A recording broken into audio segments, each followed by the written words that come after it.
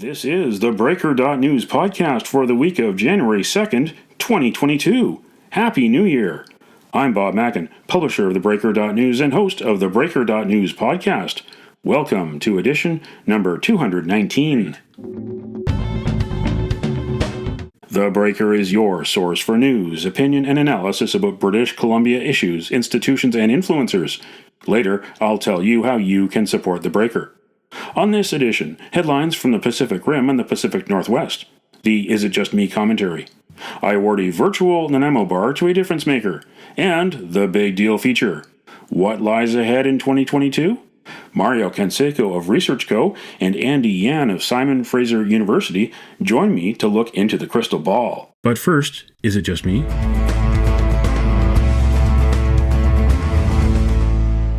Is it just me, or are you glad that 2021 is over and hoping that 2022 can't be nearly as bad? In British Columbia, natural disasters and the pandemic, as the NDP government struggled to manage both.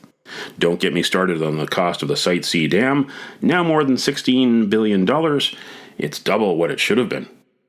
Living in BC never gets cheaper. It also means bring cash. In 2022, Metro Vancouver property taxes will be hiked 3.5%. You gotta pay for those North Shore sewage plant construction cost overruns. BC's carbon tax increases to 11 cents per litre in April. Of course, 2022 will be the first full year of the new $10 Freedom of Information tax imposed by John Horgan's NDP. BC is far from perfect, and we cannot become complacent. But things could be much worse. As we look out into the world, concerns that Russia's Putin will invade Ukraine and China's Xi will invade Taiwan. One or the other would spark a trade battle, sanctions, and maybe even war. Rather foolish at a time when the world needs shots in the arms to end this pandemic, but nobody loves to exploit a crisis more than a greedy dictator. There is a month left until the Beijing Winter Olympics. Why not keep Canadian athletes safe at home? What do you think? Email Bob at theBreaker.news.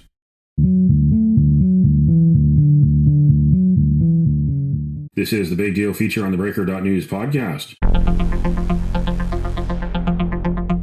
This is the Big Deal feature on the first the Breaker.news podcast of the year 2022. And to consider what could be happening in 2022, I brought together a couple of esteemed gentlemen, Mario Canseco of ResearchCo and Andy Yan, the director of the city program at Simon Fraser University. 2022 is a civic election year in British Columbia. Of course, 2020 had the snap provincial election. 2021 had the snap federal election, but we've got it on the calendar in October of 2022. The civic elections here in British Columbia, the two biggest names that we got to watch out for. Vancouver Mayor Kennedy Stewart, will he get another term in office? Surrey Mayor Doug McCallum, will he get a term in jail? Mario, go first. Well, the numbers are certainly not fantastic for Doug McCallum. We've seen his rating drop into 30% back when he was at 50% a couple of years ago. A lot of people in Surrey wondering if it was all worth it. A lot of promises that were made. Certainly an election that he won where we had a very low voter turnout. And I think it would be definitely interesting to watch if the center-right can get its act together. If we have a situation where you have a couple of candidates who are like-minded trying to defeat Doug McCallum, if he is on the ballot and if he is able to not go to jail, then the situation will be a little bit easier. Vancouver is an interesting dilemma because we have a lot of candidates from the center-right, which are essentially cannibalizing a lot of the support that could go against Kennedy Stewart. There's rumors, of course, about other people who might be running for mayor from the center-left. But given the situation that we have right now, the number of candidates who have already announced, it would be fair to say that it would be a monumental surprise if anybody who has already announced that they're running for mayor were to defeat him. And Andy, Kennedy Stewart, does he stay in office? And Doug McCallum, does he go to jail? Oh, great question. I think that it's really, I think the kind of dynamics within the region that I think are kind of shaping their kind of electability or their ability to stay an incumbent. I think there's, of course, the kind of factor of being an incumbent and the kind of like, the couple points that one naturally has just becoming a known name. But then I think, of course, the kind of remarkable challenges ahead. I actually truly think that, we are in the winter of discontent if you will. And, the son, daughter, or non-binary son of York has yet to really emerge in this kind of question. And I think that it's going to be some pretty, I think, dynamic things. I think that in one way, on the Twitter sphere, there's one interesting position saying that the actual real candidate for mayor for Vancouver may have yet to be announced. Mind you, time is ticking, but that, will we see within the first month of January that we see that the kind of major candidates, if you will, from the center left emerge instead of Kennedy. But then at the same time, I think that actually Mario, I think with some of your work, he's polling relatively strong. I think considering the kind of policies that he's had to enact in terms of property tax increases, as well as I think some of the kind of policy choices, that I think that this is really going to be the kind of the race into the election into the fall. Now, that all being said, I think that the mayor the mayor of Surrey, I think, is going to face some, I think, pretty big questions. I mean, in terms of really having very inconvenient issues come up in terms of kind of legal issues. But then I think that it's really going to come down to how the other candidates who are going to run for mayor of Surrey are going to appeal to a very dynamic and diverse population, and how that person is going to be able to connect with that electorate on top of what Mayor McCallum has done. But of course, very quickly here, I think part of it is actually, I think, the shout out to perhaps the mayors around the region that I think have provided a level of civic leadership. I think about Jonathan Cote, I think about over in New Westminster, I think about Linda Buchanan over at the city of North Vancouver, Mike Hurley in Burnaby, that I think all through which, Brad West, I think that they all through which have provided a level of civic leadership that I think that's going to be interesting to see that, well, actually now there's going to be a level of stability when it comes to civic government. So, I mean, some pretty interesting questions moving ahead, but I think that, between what Vancouver and Surrey is going to be facing, it's at this point, I would actually say it's a little more ambiguous. And the BC Liberals are choosing a new leader in February. Who will be the next leader? Is this Kevin Falcon's race to lose? Or is there another candidate who you think can come up the middle and take the leadership of the BC Liberals and become the new opposition leader in Victoria? I think it's both, Bob, because there's the expectation that because Falcon is so well known, former minister, somebody who has a lot of support behind them, especially when you look at social media and the type of money that his campaign is managing, it's certainly his race to win.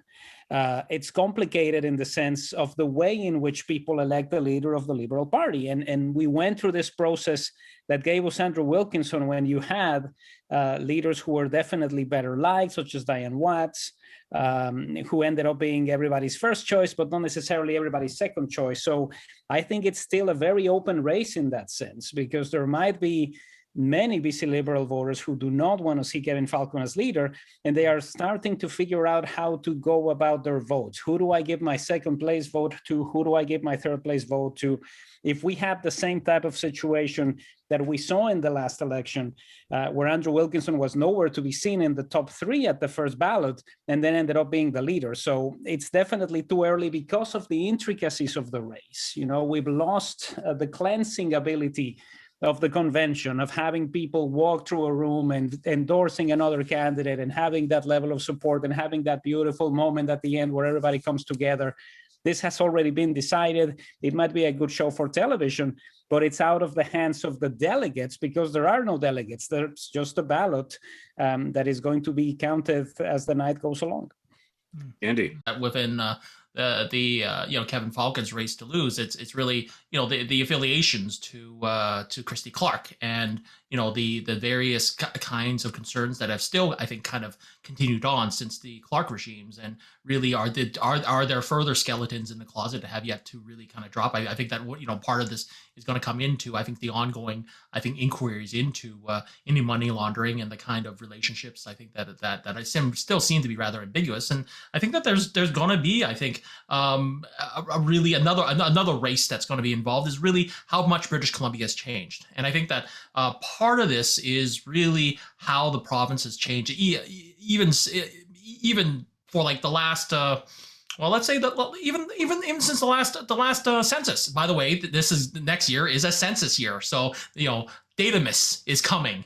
That there are going to be 6 major releases talking about really how much British Columbia, how much metropolitan Vancouver, how much all the municipalities has changed. And I think that really we've seen a lot of kind of dynamics in terms of various municipalities, as well as ridings change in terms of density, in terms of, I think, economic, cultural diversity, through which I think makes a dynamic through which any new liberal party in the kind of history, the kind of political history that it presents, I think that it's actually going to be challenging for the liberals to, I think, run a campaign that they used to run into this kind of new environment that, say, I think the NDP have kind of really cut their teeth onto in terms of understanding the kind of new demographics, the new economics of really what's happening in the Lower Mainland, in British Columbia in general. So I think that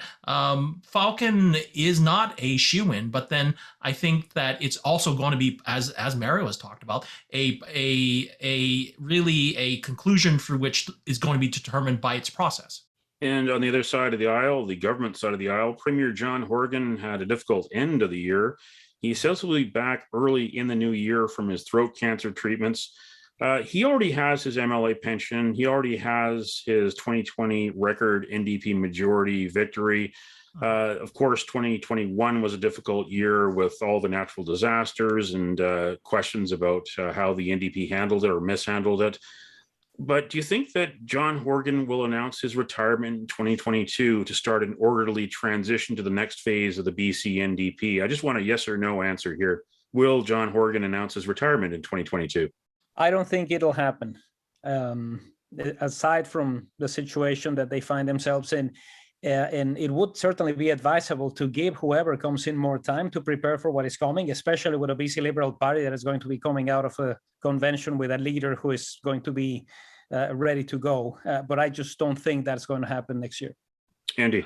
Don't think it's going to happen, but the issue is actually how this might actually set up an environment where the NDP grasps defeat from the jaws of victory. That I think that we are in this environment. Like, I mean, let's face it. What will determine all of next year, whether you're in the civic or the provincial levels of government, it's going to be COVID. It still is COVID. Like, this is not going to disappear. And I think that, how the public will respond. And indeed, yes, indeed, we did have a provincial election in the in the middle of this pandemic, but then now we're moving down that Greek alphabet. We're down over from to Delta and over to Omicron, and really I think how that is now really shaking some confidence, adding questions through which I think does it open doors for the Liberals, or does it kind of begin to really kind of shake a bit of the NDP confidence? I think those are again going to be some really, I think, tough kind of questions moving ahead, because I think that it's going to be the Liberals who are going to have to provide an excellent argument towards why they can provide an alternative in provincial governance. But then at the same time, with the NDP, it's going to be talking about really what their accomplishments are, for which they certainly have made, I think, certain levels of strides in terms of housing, in terms of really governance. But then at the same time, I think tremendous challenges, I think, ahead of us in terms of climate change, in terms of decisions around resources,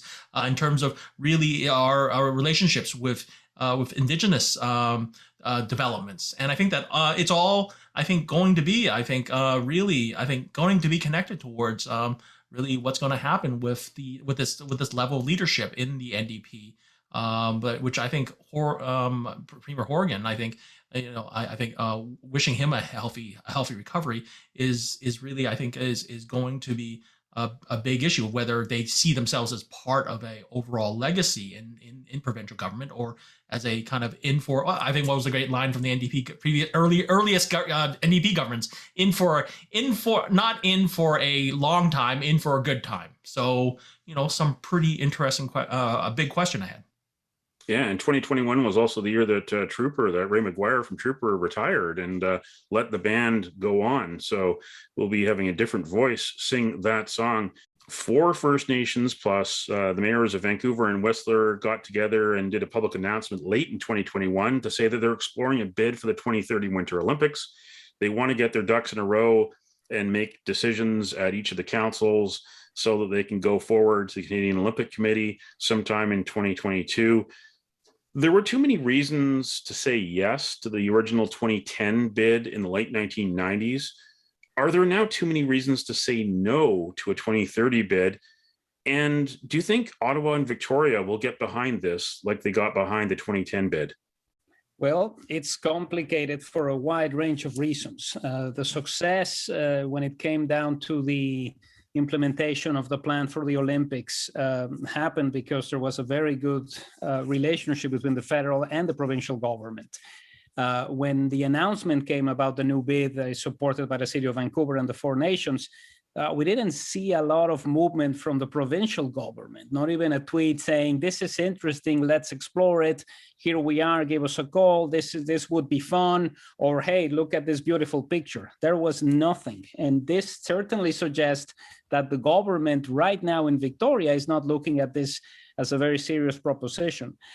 We didn't see a lot either from the federal government, nothing that said, well, this is interesting and this is part of reconciliation and this is something that would be important for the ministers in charge of this, who didn't actually say anything at all. So maybe just the situation is not where it used to be. You know, when we asked people whether they wanted this to happen, this is way before the announcement of the 4 Nations and the City of Vancouver and the City of Whistler. What used to be a very high level of optimism at the 10-year anniversary of the Games became a lot of skepticism, and we had more people who questioned whether this was the right time to do the Olympics. Certain problems that we didn't have in the late 1990s when this push happened are with us. We have a housing crisis. We have a lot of people aged 18 to 34 who can't get into the housing market. We have an opioid epidemic, and the situation is definitely different than what it was when the original Olympics came to town. So I think there's definitely more skepticism. The survey data shows it. And maybe not something that can be countered unless all 3 levels of government get together and try to convince people that this is in their right interest. And at this particular stage, that isn't happening. Andy, do you disagree or do you agree? These are different times. I think the region, has changed since really the 90s and even up until after 2000. And I think that if anything, really the city and the city region after 2010, I think that it's a lot. It's different. I think that provincially, federally, I think 2030. I mean, we could most likely still be facing the kind of overall financial obligations that we are incurring now, that we are still paying, I think, for the type of costs in terms of response to COVID.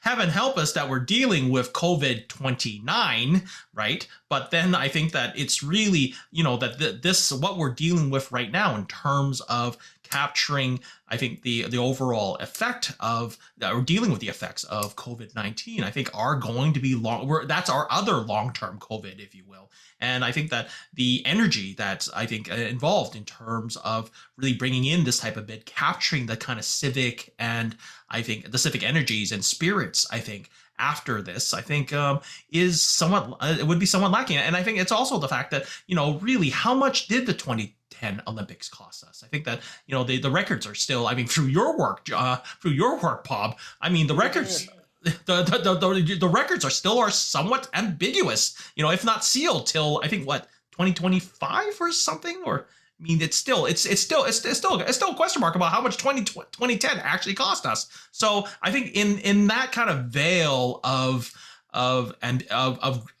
opaqueness, I think that really is going to cast a shadow towards this role of the Olympics. And of course, it's going to be curious to see what happens to the Beijing Winter Olympics, in a couple, in the forthcoming year. And really, because we saw what happened with the Tokyo Olympics, and it kind of was was there an Olympics? It just kind of like, oh, it happened, and then like, oh yeah, sure, and then just kind of people moved on, and then you kind of wonder, like, is ultimately the Olympics and these types of sporting spectacles in the a possible victim of the pandemic that we have yet to really kind of see, and I think that I share very similar opinions to Mario on this. Next question. Will a Vancouver sports team win a trophy in 2022? It doesn't happen very often, but will a Vancouver sports team hoist a trophy in the respective league in 2022? If so, which one and why? Andy, let's start with you. I hope it may be one of the various Little League baseball teams that have emerged in our region that, they through which, I mean, to be young in a pandemic and to give them a break, right? Give us some level of cheer in terms of youth and sports is where I hope that there is a breakthrough in championship. I don't necessarily follow sports as much as I should. Yeah, sure. I mean, go Canucks, go Lions. I'll join whatever bandwagon there is. But that really, I think that it's with the hope that our youth and their sports activities really have an opportunity to shine, I think is really one that I'm hoping for. And Mario. I'm going to go out on a limb. I think it'll be the Vancouver Warriors of the National Lacrosse League. They started the season with 2 wins and 1 loss. They're in 3rd place in the West Division. I think they'll have a shot, certainly more than what is expected from the Whitecaps or the BC Lions. And my hope is that the idea that everybody has about singing "Whoomp, there it is" to refer to the current head coach of the Canucks does not become "Don't Bring Me Down" Bruce by the Electric Light Orchestra anytime soon. And of course, the Canadians. The Vancouver Canadians. I mean, one ought to give, I think, a shine to the Vancouver Canadians, really offering, I think, a value to families to see professionals, a level of professional sports that I think that I think if anything, hopefully the Canadians, yes, will go all the way. 2021 was a year for space tourism. It's only a matter of time before a British Columbian becomes a space tourist, and maybe 2022 is the year that someone goes up on Richard Branson's rocket or Jeff Bezos's rocket or Elon Musk's rocket. Who do you think it'll be? A, Seth Rogen, B, Ryan Reynolds, C, Pamela Anderson, or D, someone else? Who will be the first space tourist from British Columbia? I think it'll be Pamela. Pamela Anderson. So Mario Canseco from ResearchCo says Pamela Anderson will be the first space tourist from British Columbia. Andy Yan, the director of the city program at Simon Fraser University. Who do you think will be the first space tourist from British Columbia? A, Seth Rogen, B, Ryan Reynolds, C, Pamela Anderson, or D, someone else? I feel like Seth Rogen, the single most experienced person on that list to be high into space, I think offers that type of insight that he's already run through several simulations of being in a high at a high atmosphere. So I would nominate Seth Rogen. The climax, the final question, this could be a tough one to answer, and we'll look back at this in 12 months to see how accurate we are. So here's the skill testing question. Which will go away first, the mask mandate or the barge on the beach? Of course, the mask mandate is there to protect us from the virus. The barge on the beach, well, it's there to give us some amusement and take our minds away from the pandemic and all the other problems that beset us. So which will go away first in 2022, the mask mandate or the barge on the beach? Let's start with you, Andy. Oh, there's the answer. I hope. I hope that the mask mandate will go first, but and I think the reality is in both both examples. I think that they both are covering a certain level of entrenchment in both physically in the case of the barge, but then I think in terms of the kind of ongoing medical challenges in terms of mutations, in terms of variants that really are, I think, centered around the fact of of an uneven distribution of vaccinations. And I think that I think the greatest line is that until we are all safe, none of us are safe. And that until we see a global strategy when it comes to vaccinations, I think that unfortunately these mass mandates are going to be here for us for a long time. I think that barge, with the kind of costs and I think with the kind of challenges in terms of really who's going to be responsible, who's going to pay for the removal of that barge, that's going to be with us for a fair amount of time. So I'm curious what Mario might think. I think neither will go away in 2022. It's part of the problem, the situation that we see. We were told, vaccinations will happen and then the mask will be off, and it hasn't really turned out that way. And the massive cost associated with removing the barge is probably going to make it very complex in an election year municipally to say we're spending this much money so we can get rid of these things where people take pictures. So by the end of 2022, both will be here. And the first thing that is going to go, perhaps in 2023, will be the mask mandates. I think the barge is here to stay because nobody's going to spend as much money as is required to remove it. Well, that is Mario Canseco of ResearchCo, who joined us along with Andy Yan, the director of the city program at Simon Fraser University, to look into the crystal ball at what will happen in 2022. Thanks again for being you. Thanks again for joining us on the theBreaker.news podcast. Happy New Year to both of you. Always a pleasure. Take care. Safe New Year. Happy New Year, everyone.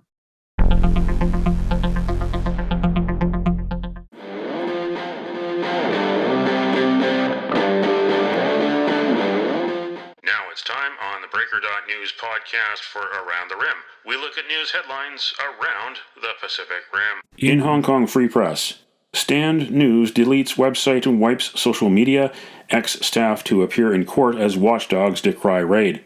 The online deletions follow the early morning arrests and raid of the Stand News office on December 29th. Around 200 national security police officers left with more than 30 boxes of evidence. Stand News is the second pro-democracy outlet to fold in recent months. In June 2021, Apple Daily shuttered after 26 years in operation following a round of arrests and the freezing of assets. Apple Daily was founded by media mogul Jimmy Lai, who is now in jail facing national security charges. In ABC News Australia, Canberra Indigenous leaders say protesters who allegedly set fire to Old Parliament House do not represent Aboriginal Tent Embassy. The doors of Old Parliament House were set alight for the second time in 2 weeks as protesters demonstrated outside. The fire is believed to have begun during a smoking ceremony that language custodian Caroline Hughes says was not sanctioned by local elders. The Aboriginal Tent Embassy has condemned the alleged acts of the protesters in starting the fire. In Mainichi News, funeral services to honor pet insects gain quiet popularity in Japan.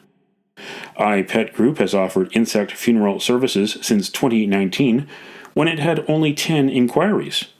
By the end of October 2021, there were 100. Most are rhinoceros beetles or stag beetles that were cared for by school children. To get a funeral for a dearly departed six-legged friend, people bring in the remains or mail them inside a special kit equipped with a drying agent and cushioning material.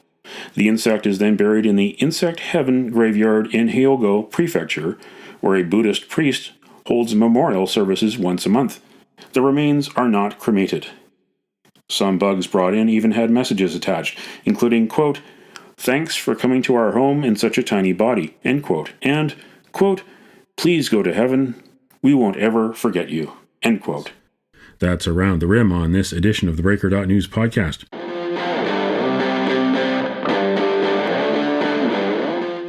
It's time on the Breaker.news podcast for Cascadia Calling. We look at news headlines around the Pacific Northwest. Welcome to the newest Patreon supporter of the Breaker.news and the Breaker.news podcast, the Independent Contractors and Businesses Association, which is hosting Seahawks quarterback Russell Wilson on April 26th in Vancouver. For information and tickets to the annual ICBA Gala, go to icba.ca or call toll-free 1-800-663-2865. In the Oregonian, Oregon's smallest southernmost glacier has disappeared. Sometime over the past half-decade, Lathrop Glacier in Douglas County disappeared. Lathrop Glacier was discovered in 1966 and was a little less than half the size of a football field. The chief suspects are climate change and the brutally hot summer of 2015. Since the 1950s, 15% of glaciers in Washington and Oregon have disappeared. The state's southernmost glacier is now the Crook Glacier on Broken Top Mountain, west of Bend. In King 5, these new Washington laws go into effect on January 1st. Food services businesses may only provide single-use utensils, straws, condiment packaging, and beverage cup lids after customers ask for them in order to reduce single-use product use and waste. Public schools in Washington cannot use Native American names, symbols, or images as school mascots, logos, or team names. Washington State's minimum wage will increase to $14.49 an hour, up 80 cents. The right to vote will be automatically restored to those with felonies as soon as they are released from custody. And a 7% tax on the sale of stocks, bonds, and other high-end assets in excess of $250,000. In the North Shore News, BC is home to the highest restaurant in Canada, and it will take your breath away. Located 7,700 feet high in the mountains, the Eagle's Eye restaurant offers stunning panoramic views of 5 breathtaking national parks. It's at Kicking Horse Resort in Golden, near the Alberta border. The biggest sports superstar in Cascadia, Seahawks quarterback Russell Wilson, is coming to Vancouver on April 26th. Get in the huddle at the Independent Contractors and Businesses Association annual banquet. For information and tickets, go to icba.ca or call toll-free 1-800-663-2865. And it don't matter what color you are, 'cause love will conquer hate, so you won't stand alone, you won't stand alone.